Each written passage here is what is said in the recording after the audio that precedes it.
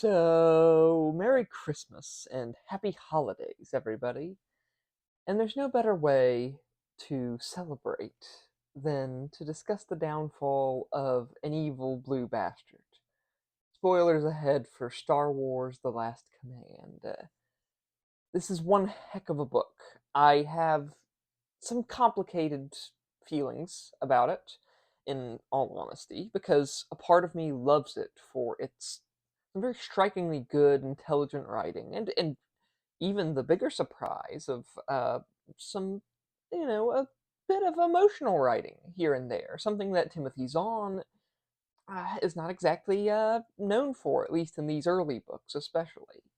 Um, and a part of me does hate the Last Command for uh, the lack of emotion elsewhere, and also the ending. Please let me explain. Last Command follows Luke and Han, Leia, etc. in the last stages of their campaign against the devious Grand Admiral Thrawn. He's never one to be outmaneuvered, and the Admiral is constantly scheming to get what he wants, working at the center of this complicated web of illusions and deceits. Remember when I said he was a pure evil villain? Well, he's a really good pure evil villain, if nothing else.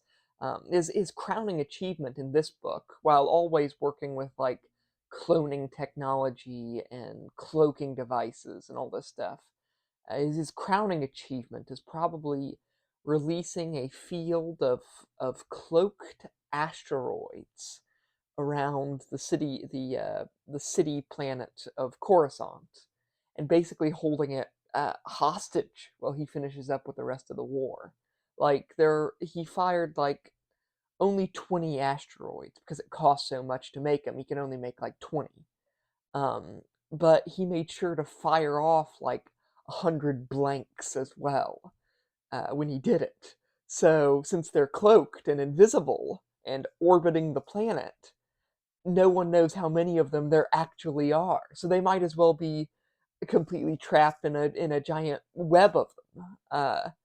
So you're stuck, right? And Coruscant, the frickin' capital city, is unable to do anything for the remainder of the war, which is some incredible villainy.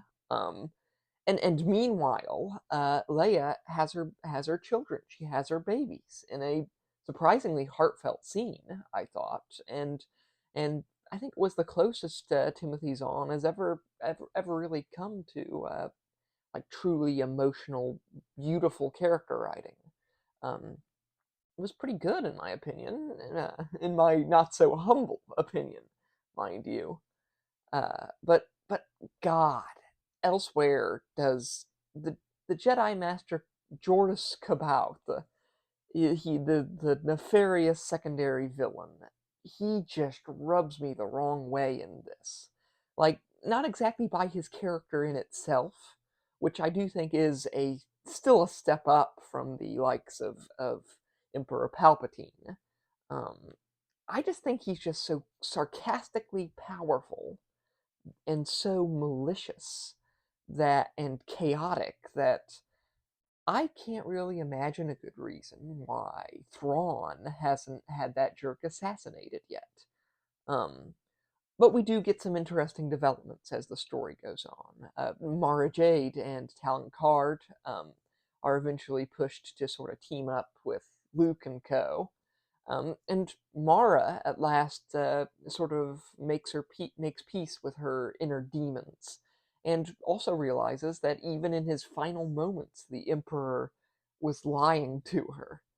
Um, I still would have liked a bit more emotion and a bit more connection, but what the heck, it works, and I do still maintain that her not her she never kisses Luke, right? They never make that big declaration of all of a sudden they're in love or anything, but there is that hint of you know something like attraction almost there, and it's kind of nice and refreshing that even in the resolution of things, that's sort of all we get is this sort of growing friendship, which might possibly turn into something more. I think a mature and intelligent take.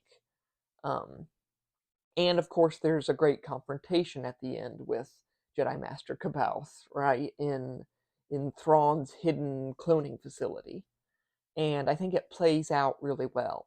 It feels like something that you'd encounter in Star Wars, in a really magical way, I think. That said, when they do manage to kill Caboth, he sort of explodes in a shower of blue flame, sort of like the Emperor did, and I think that's a bit much.